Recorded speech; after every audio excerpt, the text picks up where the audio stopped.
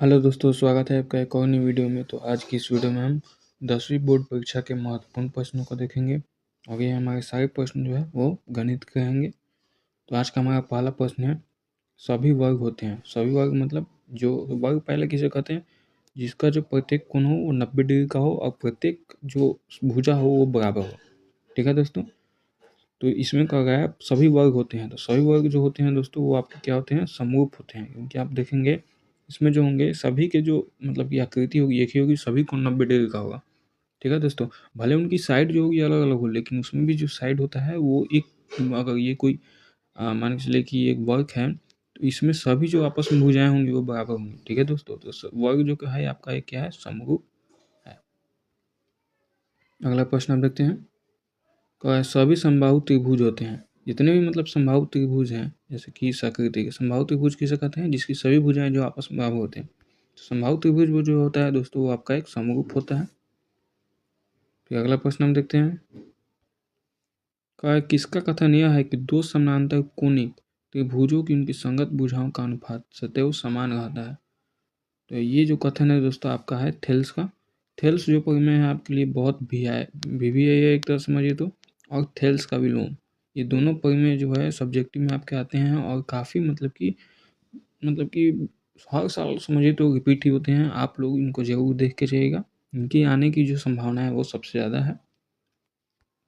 अगला प्रश्न हम देखते हैं, दो समूह त्रिभुजों का क्षेत्रफल का अनुपात 64:121 है, तो उनकी संगत भुजाओं का अनुपात। देखिए संगत भुजा का अनुपात पूछ रहा है और समरूप है, इसका हम क्या करेंगे, रूट अंडर निकाल लेंगे। ठीक है, तो इसका जो होगा ये हो जाएगा 8, और जब 121 का निकालेंगे तो आएगा 11, यानी आंसर जो होगा इसका आ जाएगा आपका ऑप्शन नंबर ए, 8:11।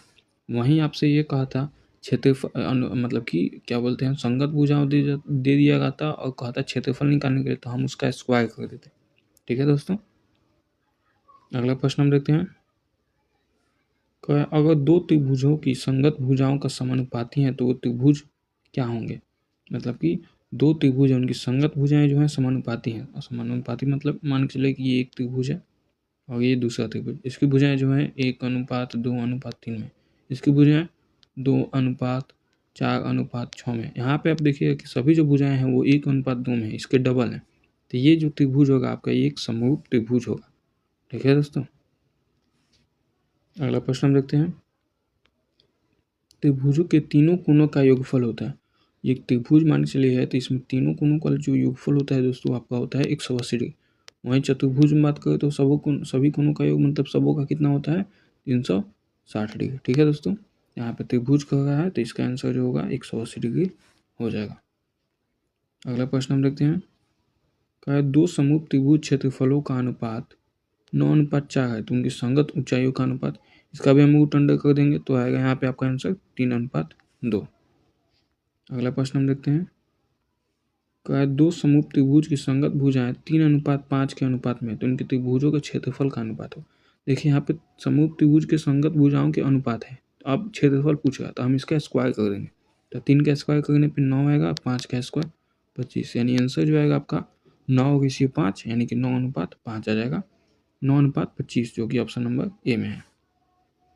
अगला प्रश्न हम देखते हैं, किसी त्रिभुज के दो कोणों का योग तीसरे कोण के बराबर है यदि दो कोणों का अंतर 50 डिग्री है, तो अब त्रिभुज के कोण है। यहाँ पे देखिए अंतर 50 डिग्री का है, तो यहाँ पे से आप निकाल सकते हैं कि अंतर इसमें से किसका 50 डिग्री है। देखिए इसका भी अंतर किन्हीं दो कोणों का मतलब कि अंतर 50 डिग्री नहीं आएगा। इसका देखिए बी नंबर ऑप्शन में आपका अंतर 50 डिग्री आ जाएगा। पहला जो है 20 डिग्री, दूसरा 70 डिग्री, इसमें 50 डिग्री का अंतर है। ठीक है दोस्तों, किसी त्रिभुज के दो कोणों का योग तीसरे कोण के बराबर है यदि दो कोणों का अंतर 50 डिग्री है, तब त्रिभुज के कोण है। देखिए दोस्तों यहाँ पे कह दिया है 50 डिग्री अंतर, तो हम देखेंगे सबसे पहले इसी बात को देखेंगे कि किन दो कोणों के बीच का अंतर 50 डिग्री है। तो देखिए यहाँ पे तो 50 डिग्री अंतर नहीं दिख रहा है, लेकिन ऑप्शन बी में जो है 20 और 70 डिग्री के बीच में 50 डिग्री का अंतर है। तो आपका जो बी नंबर ऑप्शन है वही राइट आंसर हो जाएगा। अगला प्रश्न हम देखते हैं, समानांतर श्रेणी -10 -6 -2 2 डॉट डॉट का सर्वांतर है। सर्वांतर मतलब डी का मान पूछ रहा है, तो डी इज इक्वल टू होता है A2 - A1। A2 - A1 मतलब जो दूसरा पद है जैसे कि -6 और इसमें से हम माइनस करेंगे -10 को। जब आप ऐसा कीजिएगा तो माइनस और माइनस ये प्लस हो जाएगा, और +10 में से आप जब -6 घटाइएगा तो आएगा आपका आंसर 4।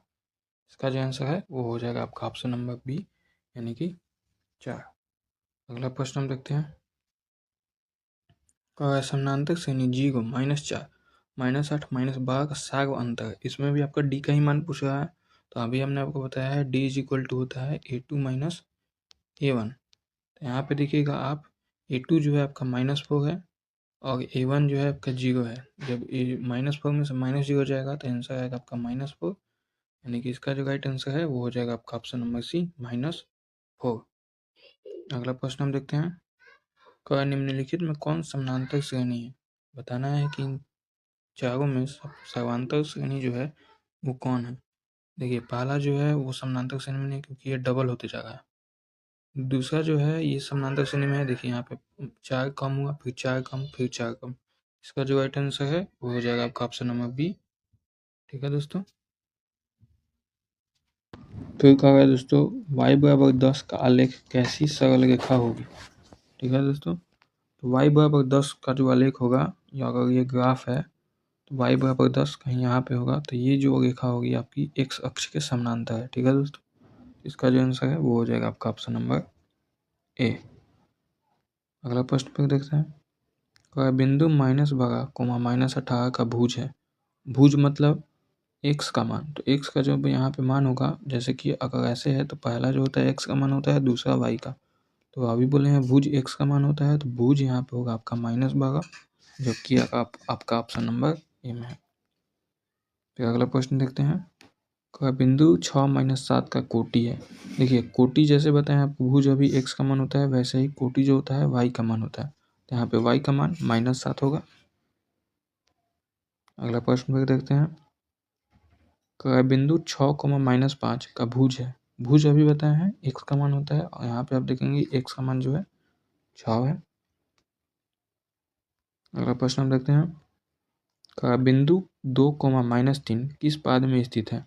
ये देखिए, ये अगर आपका मान के चलिए कि चतुर्थांश है तो ये होता है प्रथम पाद, ये द्वितीय पाद, ये तृतीय पाद, और ये मतलब कि चतुर्थ पाद। इसमें जो होता है आपका x होता है पॉजिटिव और y भी पॉजिटिव। इसमें होता है आपका x पॉजिटिव लेकिन y निगेटिव। इसमें आपका होता है दोनों निगेटिव, और इसमें जो होता है आपका y निगेटिव और x पॉजिटिव। ठीक है दोस्तों। तो यहाँ पे आप देखिए 2, -3 यानी y x जो है आपको पॉजिटिव है, लेकिन y जो है वो आपका निगेटिव है। तो y निगेटिव जो है दोस्तों वो आपका किस में है, द्वितीय में, यानी कि इसका जो आंसर है वो हो जाएगा आपका ऑप्शन नंबर बी। अगला प्रश्न हम देखते हैं। सरल रेखाएं x बराबर -2 और y बराबर 3 का कटान बिंदु है। कटान बिंदु जो होता है, मान के चलिए यहाँ पे x का मान -2 है, y का मान 3।